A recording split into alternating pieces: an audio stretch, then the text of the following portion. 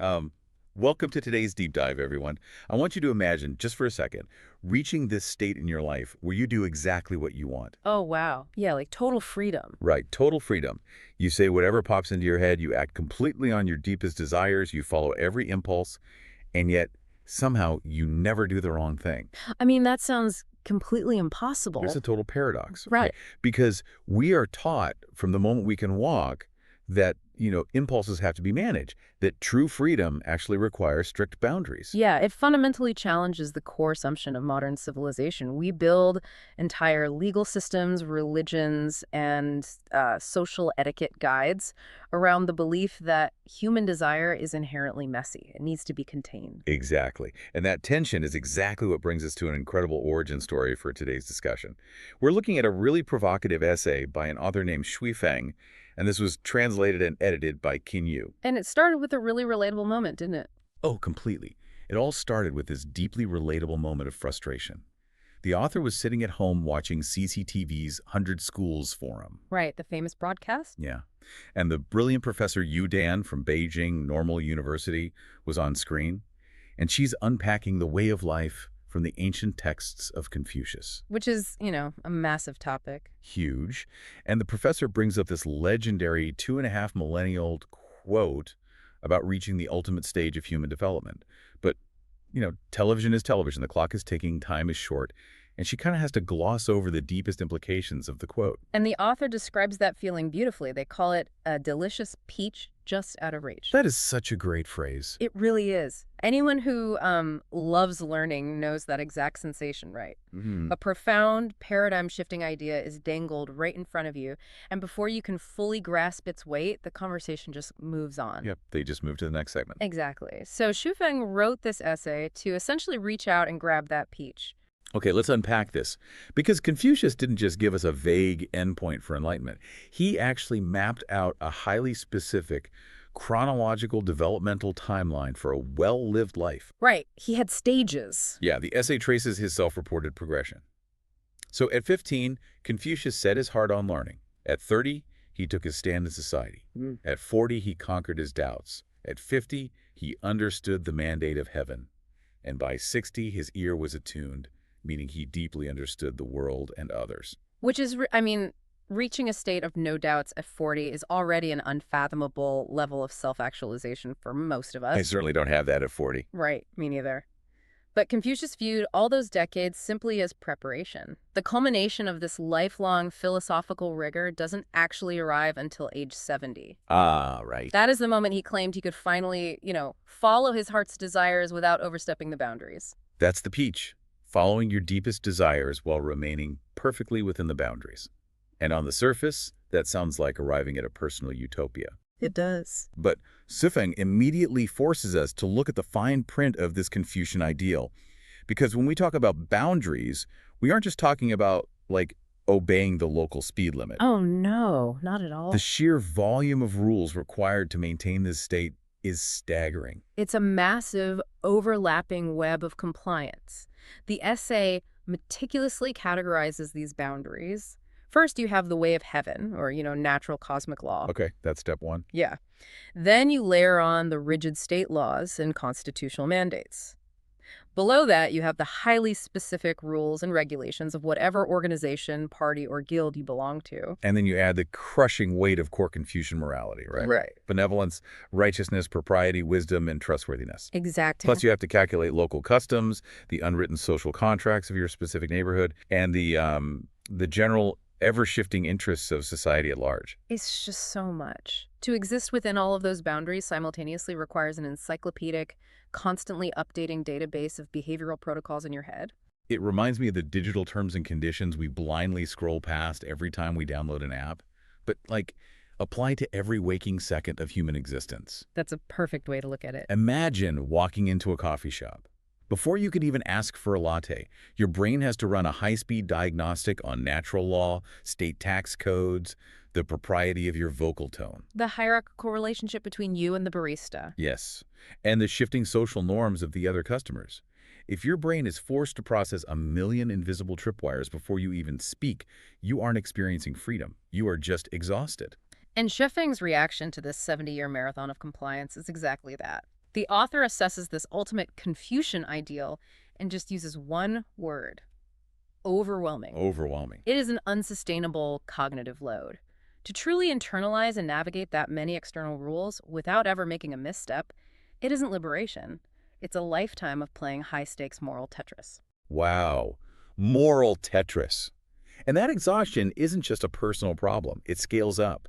The essay argues that a society built on this incredibly rigid, exhausting system of rules actually weaves a catastrophic flaw into the fabric of civilization itself. Right. This is where Swefeng delivers a devastating critique of the world Confucius tried to build. And we really have to look at what that envisioned world was supposed to be. The ultimate goal of Confucianism is the picture-perfect, polite society. Right, everything in its place. Exactly. Yeah. Gentlemen show absolute loyalty to their rulers. Fathers are impeccably kind to their children. Siblings are harmonious. Everyone knows their specific role. Everyone stays in their lane. And the result is supposed to be this tranquil, conflict-free existence. But Swefeng introduces a dark, incredibly vivid metaphor to dismantle this utopia. The author says, if you successfully condition an entire society to flawlessly follow these boundaries, if every single citizen becomes a perfectly peaceful, compliant, rule-abiding participant who never steps out of line, you have effectively engineered a society of sheep. What's fascinating here is how the author introduces the predator into this carefully manicured ecosystem.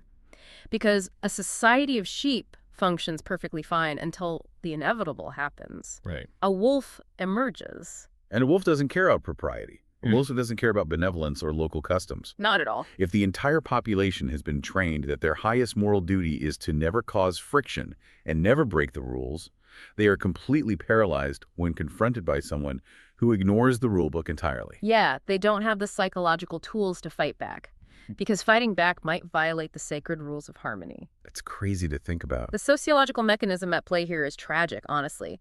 In a heavily regulated moral system, virtue actually becomes a tactical disadvantage. Wow. Yeah. The more thoroughly you adhere to the rules, the more predictable and vulnerable you become. The person with zero scruples, the wolf, weaponizes the goodness of the sheep. Because they know the sheep will stop. Exactly. They exploit the fact that a good person will always start at the boundary line, while the wolf simply steps over it to take whatever they want. It completely reframes what it means to be a good person in a traditional sense.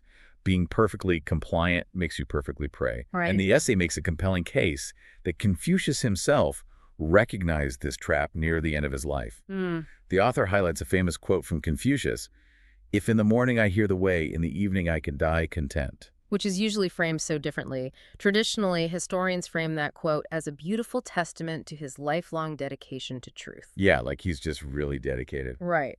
But Swefeng reads it as a profound lament. Confucius spent decades constructing this massive, intricate architecture of gentlemanly conduct, only to realize in his twilight years that the actual ultimate truth, the true way, had eluded him. Oh, that's heartbreaking. He had successfully designed a beautiful cage for humanity, but it was still a cage. So who was living outside the cage? Laozi, the founder of philosophical Taoism. The essay points out a remarkable historical dynamic where Confucius, the ultimate architect of order, looked at Laozi and felt a deep sense of inferiority. Yeah, Confucius reportedly described Laozi as a divine dragon whose head can be seen but not its tail. A dragon. Yeah. Which is the perfect antithesis to the sheep. It represents something fast, unfathomable, and completely untamed by human conventions. Right. A dragon doesn't modulate its behavior based on the local homeowners association guidelines or the constitutional mandates of a state. It operates purely on the raw, natural frequency of the universe. And Swefeng takes that historical dynamic and draws a radical conclusion. If the guy who wrote the ultimate rulebook realizes his rulebook is flawed and looks up to the dragon in awe, then we need to stop studying the rulemaker and start learning from the dragon. This forces a massive pivot in how we think about social organization. I mean, if an exhaustive rulebook creates helpless sheep and the sheer volume of modern laws only breeds more complexity and exploitation, what is the alternative? Right. How does humanity organize itself without descending into absolute anarchy? Well, the proposed solution is to literally tear up the terms and conditions. Stop trying to memorize the millions of behavioral boundaries.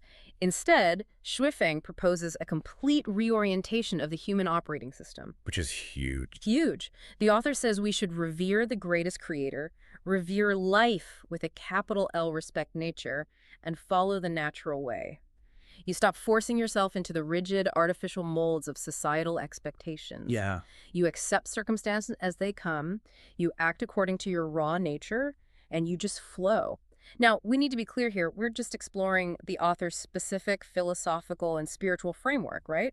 We're not endorsing any particular religious concept. Right, absolutely. To fully grasp this, it's really helpful to look at it as a sociological and psychological blueprint, independent of any specific theology. Okay, that makes sense. Whether you, as a listener, share the spiritual premise of a greatest creator, or simply view the way as the deepest natural rhythm of human ecology, the mechanical shift is exactly the same. The author is advocating for moving from an external map of morality to a deeply internalized compass. Here's where it gets really interesting, because my immediate instinct is to push back hard against this. I think most people's would be. Yeah. If you tell a population of 8 billion people to just act according to their nature and do whatever they feel like doing, isn't that the exact recipe for breeding wolves? That's the fear. Right. If we remove the external boundaries, what stops people from doing terrible things to each other?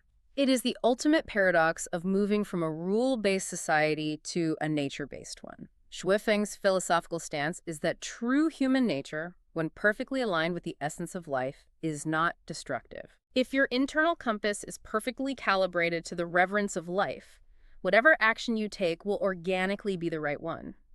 You don't need a rule telling you not to harm someone if your deepest internal state naturally recoils at the idea of causing harm. There's a line in the essay that completely bends the mind around this concept. It Let's says, hear it. good remains good even if it appears evil. Evil remains evil even if it appears good. That is a total deconstruction of how we judge behavior, because we are trained to judge the surface action against the rule book, right?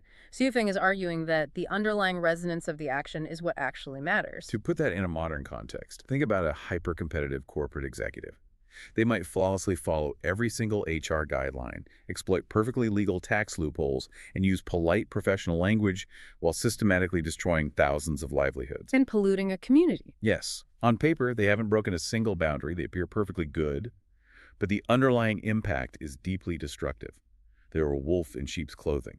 Conversely, someone deeply aligned with the way might take an action that deeply offends local customs or breaks a rigid social protocol. Like protesting or causing a scene. Exactly. They might cause a massive scene to stop an injustice looking erratic or quote-unquote evil to a rigid rule follower.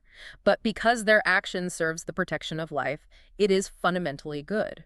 They are keeping the core principle while adapting intuitively to the changes in the moment.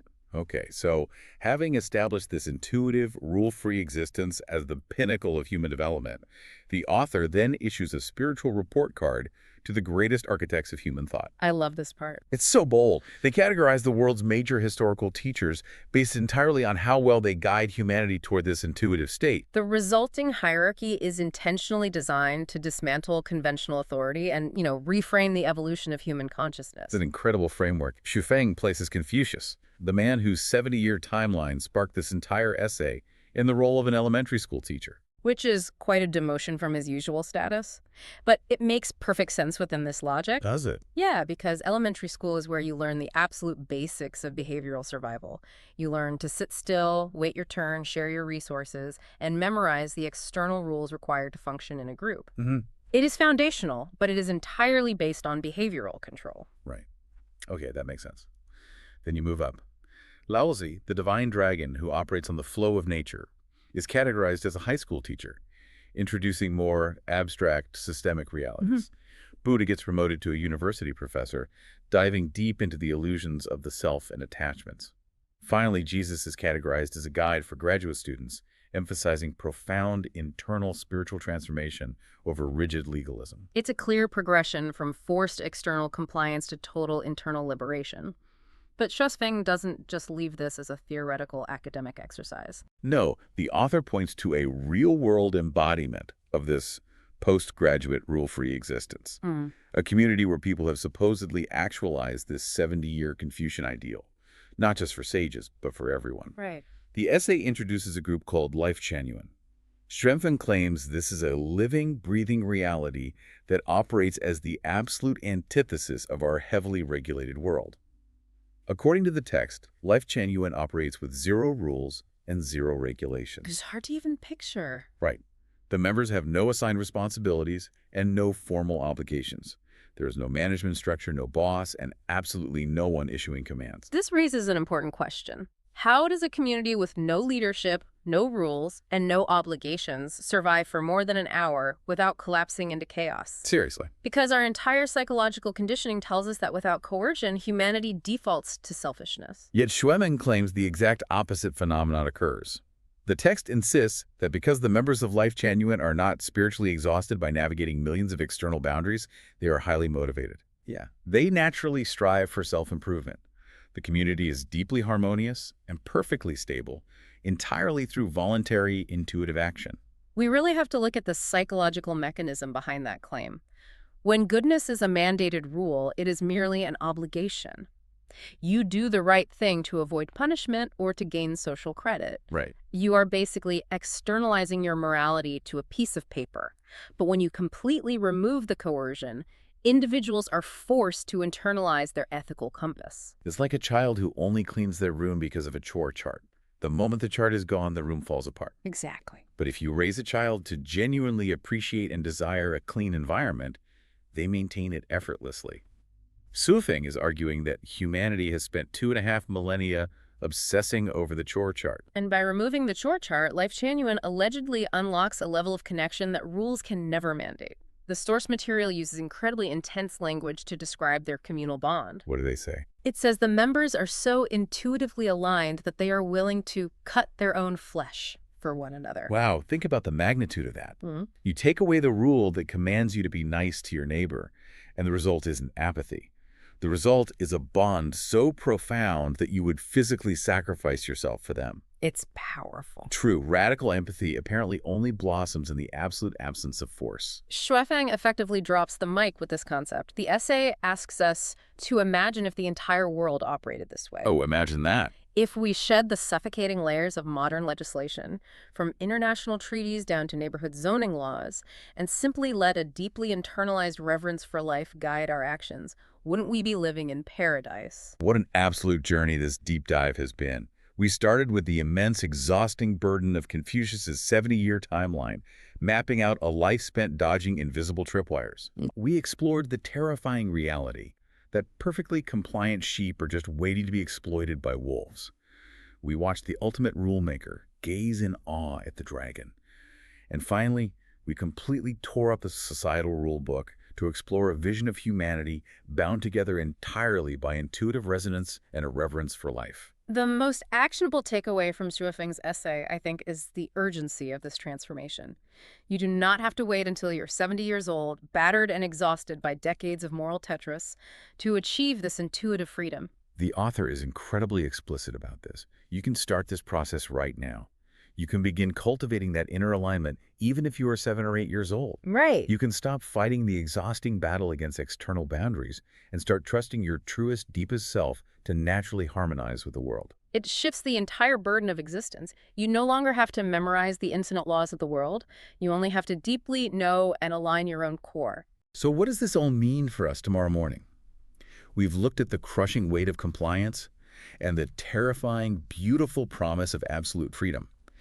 But it all ultimately hinges on what you believe about the human heart. Mm-hmm. So I want to leave you with this thought to mull over.